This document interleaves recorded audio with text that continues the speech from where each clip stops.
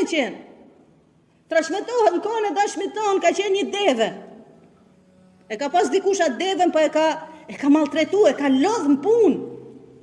E ka lodh në punë. Sa drejtohet devja, imagjino ka qajt. Loti ka ndalë, ke parasysh, ka kafsh që qajnë. Valla ka kafsh, lotët i dalin, për sikletit, për dhimjes, ku?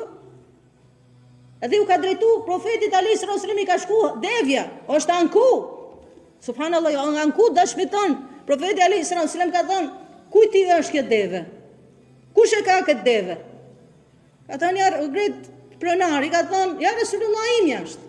Thot kjo deve po ankohet se ti e ke maltretu, e ke mundu. Që nuk ka mirë, edhe kafsh me qenë nuk guxon me maltretu. Në Islam është që edhe kafshën kur e theri me presim, thikën duhet me mpref mirë. Këto janë porosit e profetit Alayhis Salam, thikën ta mprefësh mirë. Pse ta mprefësh? Që mos të vuj. Dhe e dyta, mos t'ja tregosh thikën hajvanit.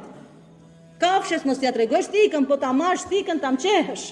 Mëshirë t'kesh ndaj edhe kafshëve.